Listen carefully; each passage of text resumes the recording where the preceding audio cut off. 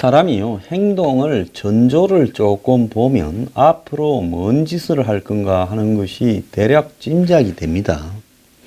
지금 정부가요, 남북 정상회담을 하는데 어제 제가 이제 북한에 대한 지원책을 이야기할 거다.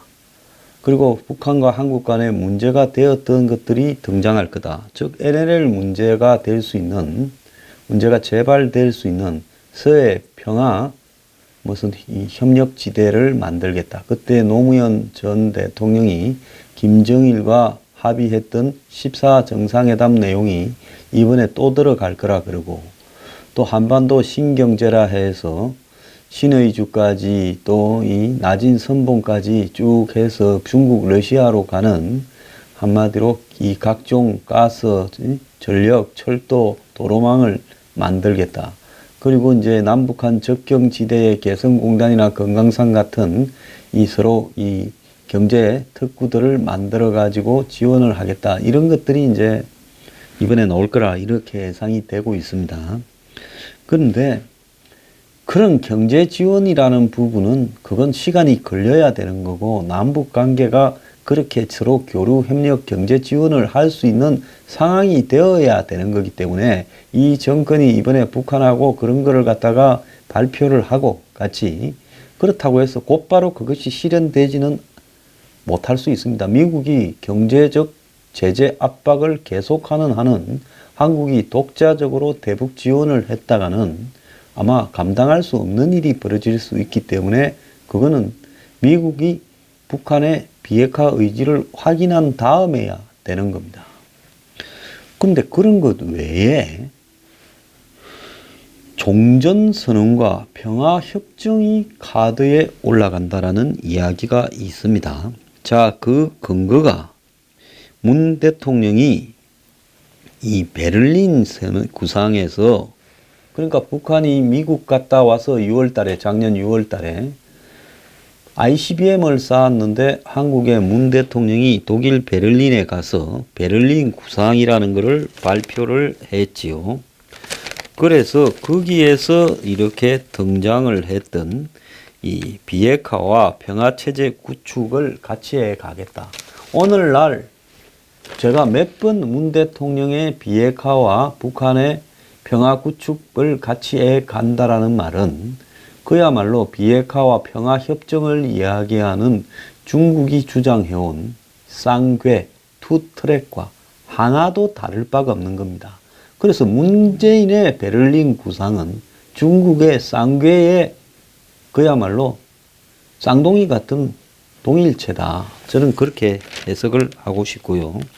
북핵 문제와 평화체제에 대해 포괄적인 접근으로 완전한 비핵화와 평화협정 체계를 추진하겠다. 이렇게 이야기를 베를린 구상에서 했지요. 문제는 북핵 문제와 평화체제 구축이 마치 될 것처럼 포괄적으로 이렇게 같이 추진하려고 했던 과거의 진행들이 전부 실패가 됐다는 거죠. 그래서 2005년 9.19 성명에서도 이 평화체제를 갖다가 해 나가겠다라고 이야기를 했지만은 그 6자 회담의 결과물로 나온 내용입니다. 결국은 북한이 2006년에 핵실험을 함으로써 그것이 물 건너갔고요. 그래서 9.19 성명에서도 선 비핵화 후 종전 선언을 하겠다라고 이야기를 했고, 2007년에 평양에 가서 남북 정상을 할 때도 한반도 종전 선언을 위한 3자 또는 4자 정상회담을 추진하겠다라고 했지만은 그것도 무산이 되었습니다. 근데 이번에 문 대통령이 주장하는 정상회담에 넣으려고 하는 비핵화와 평화체제를 포괄적으로 접근하겠다라는 것은 한마디로 비핵화와 종전선언을 동시에 추진한다는 거예요.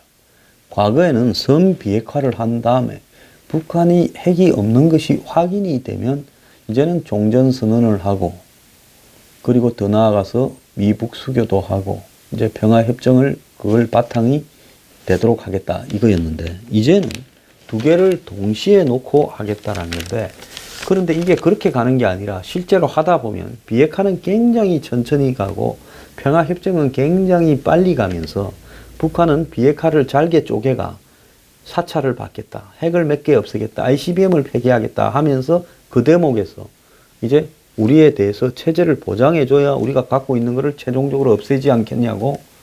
그래서 먼저 평화협정을 맺어서 체제를 보장해주라 이렇게 이야기하고 경제적 지원도 받으려고 할 겁니다.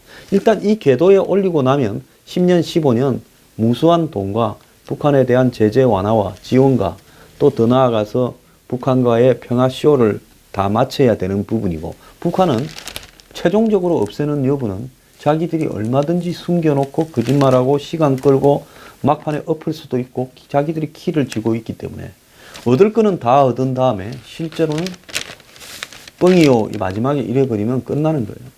그래서 이 북한 집단의 선의를 어떻게 믿고, 지금까지 대한민국이 서로 1948년에 따로 나라를 이룬 이후에 상대방의 말을 믿을 수 있는 신뢰가 하나라도 확보되었냐는 겁니다. 우리가 진짜 학교를 다닐 때는 방공방첩 정신에 투철해서 북한 사람들하고는 아예 그냥 상종을 안 하는 게 상책이라고 했는데, 그렇게 교육받은 사람이 어느 날 대학에 오니 주사파가 다 점령을 해서 같은 민족이고 북한이 더 남한보다 정통성이 있는 독립을 했고 일제하에서, 그리고 북한이 어렵지만은 가난한 속에서도 미국 제국주의에 맞서서 민족의 자존심을 지키고 있는 국가고 우리는 마치 미국의 식민지 국가처럼 됐다. 80년대만 해도 남한은 곧 망할 거라고. 그때 당시에 주사파들은 그렇게 말을 하고 다녀서요. 한국의 경제체제가 재벌 중심이고 착취 중심으로 되어 있어서 한국의 노동자들이 들고 일어나서 언젠가는 이 체제가 무너질 거다라고 그렇게 이야기를 했습니다. 그런데 그로부터 30몇 년이 지났는데도 이 체제가 공고한데요. 그때 그런 말을 했던 놈들은 자기들이 했던 거짓말에 대해서는 반성하지 않고 똑같이 지금 북한의 선의를 그때와 지금은 똑같이 믿고 북한 편에 서서 뭘 해주려고 하는데, 불행하게 이들이 지금 청와대를 완전히 장악을 하고 있다는 겁니다. 장악한 수계는 임종석이고, 자, 수계라고 이야기를 하는 것은 저는 임종석이 비서실장을 하고 있다라는 것이 받아들여지는 대한민국이 저는 매우 비정상적이고, 허구 많은 사람 중에 이호철을 시키든 양정철을 시키면 제가 뭘 안 합니다. 전해철을 시켜도 뭘 안 해요. 하필 임종석을 불러다가 비서실장을 시키고 그 임종석이 지금 하고 있는 행태가 그야말로 일개 비서실장이 아니라 권력의 2인자로서 행세를 하고 있지 않습니까? 평창올림픽 이후에 뉴스에 이낙연 총리가 많이 등장했습니까? 임종석이 많이 등장했습니까? 요 근래에 임종석이 지난 12월 달에 레바논 어쩌면서부터 훨씬 많이 등장을 했죠. 그전에는 임종석이 좀 조심하면서 눈에 안 띄고 언론에 노출을 안 되는 비서실장을 하려고 노력을 했죠. 그러다가 국회 불려와서 주사파 뭐라 하면 불뚝불뚝 했지만은 굉장히 숨어 있었는데 12월 달에 레바논 그때부터 시작을 해서 임종석이요. 그야말로 수면 위로 얼굴을 드러내고 이제는 막 마음껏 하고 싶은 대로 다 했습니다. 김여정이 김영남이 왔을 때 문 대통령 바로 옆자리에 앉아서 확 웃던 모습부터 아이스하키 경기장에서 북한 사람 손을 잡고 흔들고, 더 나아가서 김여정이 하고 밥을 지가 사고 반얀트리 호텔에 그 비싼 밥을 말입니다. 그리고는 지금 남북 정상회담 준비위원장을 맡았어요. 비서실장을 들어오기 직전까지 북한에서 위임장을 받아가지고 2000년대, 그러니까 2000한 노무현 정권 때 받았지 이명박 정권 들어서 됐겠습니까? 그러니까 2007년 전에 위임장을 받아가 한국에서 북한 방송 틀은 한국 방송사, 한국에서 북한 작가, 월북 작가나 납북 작가 책을 출판한 홍명희의 임꺽정 같은 그런 소설가를 출판한 출판사를 찾아가서 자, 북한에서 내가 위임받았으니까 저작권료 내라. 북한 뉴스를 조선 TV 방송을 틀었으니까 저작권료 내라.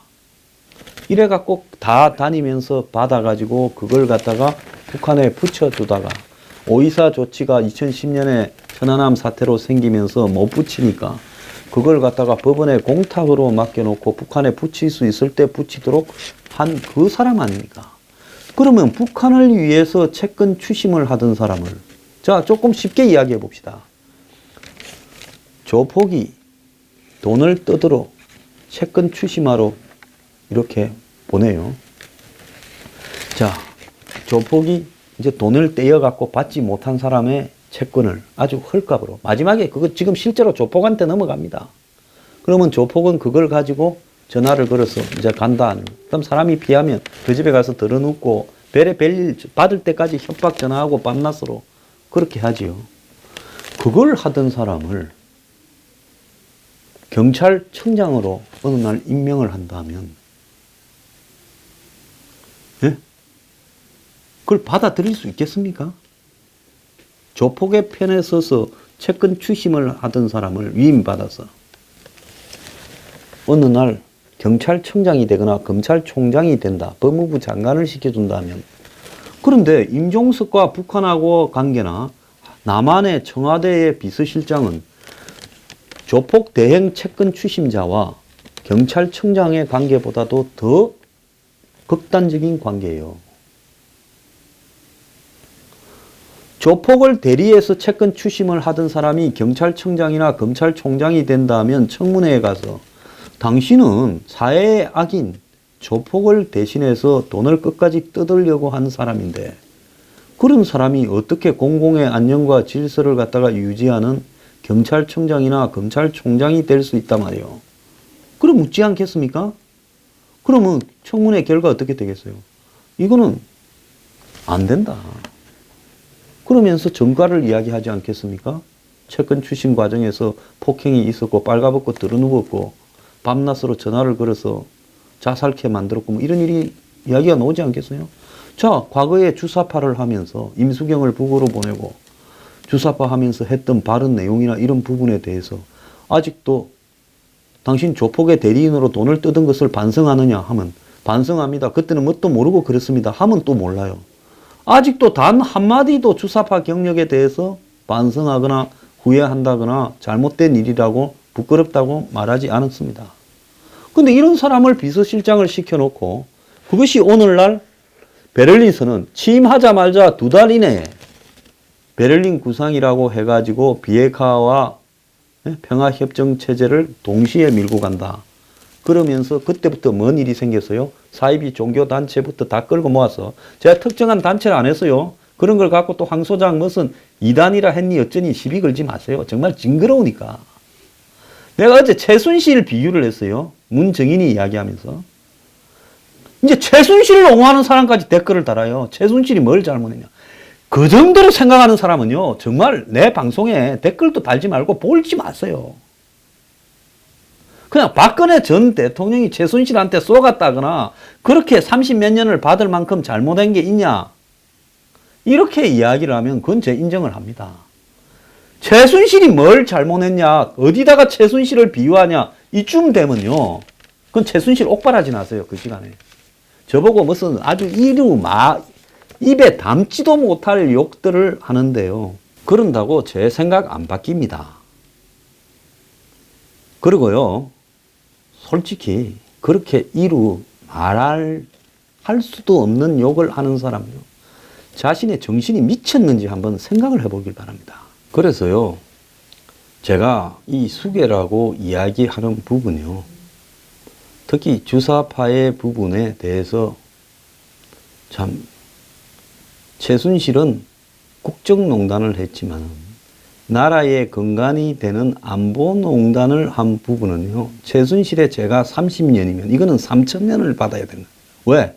돈은 좀 해먹거나 권력을 좀 함부로 쓴 부분은 회복이 됩니다. 그런데 안보를 흔들어서 한번 북한 쪽에 갖다 붙여버리면 이거는 회복이 불가능한 거예요. 근데 문재인은 무슨 생각에서 지금 임종석을 비서실장에 앉혀놓고 임종석이 청와대에 비서관 이상만 뭐 17명, 행정관까지 하면 50명도 더 되는 한 청년 출신들을 청와대에 갖다 놨다. 심지어 임종석 밑에서 사무총장으로 추심에 관련한 사람도 지금 청와대의 핵심 비서관이다. 이렇게 지금 이야기가 나온다면 이쯤 되면 청와대가 추진하는 대북 거래나 청와대가 추진하는 종전선언과 평화협정 등을 하겠다라는 부분을 아무리 좋게 생각해도 좋게 생각할 수가 없습니다. 그런데 임종석이 정상회담 준비위원장이에요. 아니 민주당의 삼선사선한 의원들 중에 심지어 오선한 의원들 중에 놀고 있는 사람이 숱합니다. 아무 일거리가 없었어요.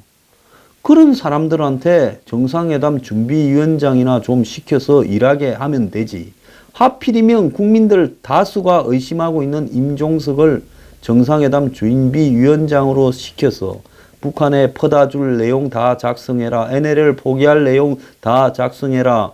또 더 나아가서 평화협정, 종전선언을 갖다가 담을 내용을 다 작성해라. 그래서 오늘날 이걸 하려고 베를린 선언한 이후부터 그 사이에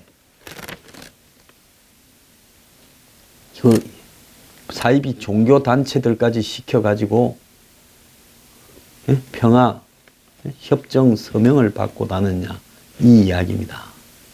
제가 아까 사이비 이야기하다가 최순실 이야기 나왔습니다만은 사이비라고 이야기하는 것은요 정상적인 종교단체라면 평화협정을 서명받으러 다녀서는 안 되는 겁니다. 뭐 일부 YMCA나 이런 데서 이런 걸 찬성한다는데 진짜 YMCA가 조직 차원에서 이걸 공식적으로 찬성한다면 하나님 앞에 당신들은 정말 큰 죄를 짓는 겁니다. 이 땅에는요 종교인들부터 저는 북한의 강제 수용소에 좀 보내가지고 거기서 죽어가면서 하나님을 한번 찾아보라고 해보고 싶습니다. 썩은 종교인들이요 신도들 돈을 가지고 월급 받으면서 호의호식하다가 이제는 이 종교인들이 좌파가 되어갔습니다. 종교, 불교, 기독교, 가톨릭 할 것 없이요. 사이비 종교도 지금 이런 걸 받고 다닙니다. 기성 종교가 좌파가 되다 보니까요. 친북이 되다 보니까. 그래서요, 제가 말 나온 김에 자신이 다니는 종교기관에서 한마디로 이 남북 정상회담이나 뭐 평화협정이나 북한을 뭐 동포운운하면서 이러면요, 정상적인 신도라면요, 이의를 제기하고 나와버리세요. 멀쩡한 교회나 사찰이나 이 성당도 많습니다. 그런 데 가세요. 자, 가보고 다 그러면요, 종교를 가지지 마세요. 이 종교를 인정하지 않고 전 성직자들을 다 죽여버리거나 없애버리고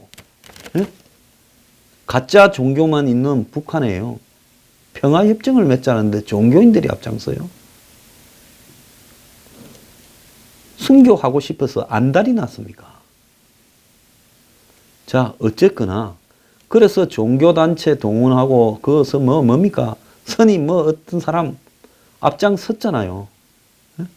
옛날에 안철수 지지하자던 사람이 이번에는 평화협정 하는데 앞장섰잖아요. 그래가지고 이 평화협정 서명 받아온 게 이제 북한하고 이거 하려고 평화협정 1000만 서명운동을 받게 만들면서 장난을 쳤습니까? 자, 한국당하고 바른미래당에 경고를 합니다. 당신들이 정상적인 정당이라면요, 문 대통령이 대북 퍼주기 내용이나 또 더 나아가서 NLL의 존재를 위협하는 내용이나 또 북한과 평화협정, 종전선언을 하는 내용을 정상회담에서 다룰 시에는 나라의 대통령으로 인정하지 않을 수 있다라는 경고를 당 대표들이 나와서 발표하기를 바랍니다. 여기에 한국당과 대변인 시켜서 이야기할 게 아니라요, 홍준표가 유승민한테 전화를 해서 그걸 같이 성명을 생방송으로 발표하자고 하기 바랍니다. 그런 정도도 못하면, 이 지렁이만도 못해요. 지렁이도 밟으면 꿈틀하는데 자기 마음대로 국가 안보를 북한에 갖다 바치는데 한국에서 꿈틀하는 지렁이조차도 없었어야 되겠습니까? 그래서 청와대가 남북 정상회담에서 과거 1, 2차에서는 차마 국민의 시선이 두려워서 말하지 못한 비핵화와 평화체제 구축을 이번에는 말을 하겠다고 합니다. 사실 이거는요, 이 정권이 들어오기 전에 정부의 공식 인사들이 함부로 입에 올리지도 못했습니다. 왜? 북한이 이야기하던 주장이었으니까요. 자, 경제협력 문제는 비핵화와 평화체제를 논의한 이후에 북한에 대한 단계적 제재 해제를 통해 추진될 수 있다. 그래서 북한과 이번에 정상회담에서 경제적인 문제는 어느 시점 이후에 한다라고 이렇게 단서를 달아놓고 이 종전선언과 평화체제 구축을 이야기를 하겠다는데 북한은 미국의 비핵화 부분을 언급한 것이지 한국과는 비핵화를 논의하지 않겠다라고 최근까지 분명하게 이야기를 하지 않았습니까? 이번에 특사단이 가서 김정은이 비핵화 의지를 밝혔다는 것도 미국에 전달하는 용이지 한국에 비핵화 협상을 하겠다고 한국하고는 이야기한 게 아니지 않습니까? 그러면 한국하고 비핵화 협상을 하겠다라고 말도 하지 않는데 북한이 요구해온 종전과 평화협정을 북한과의 회담에서 우리 측 의제로 올리는 문재인은 어느 나라 대통령입니까?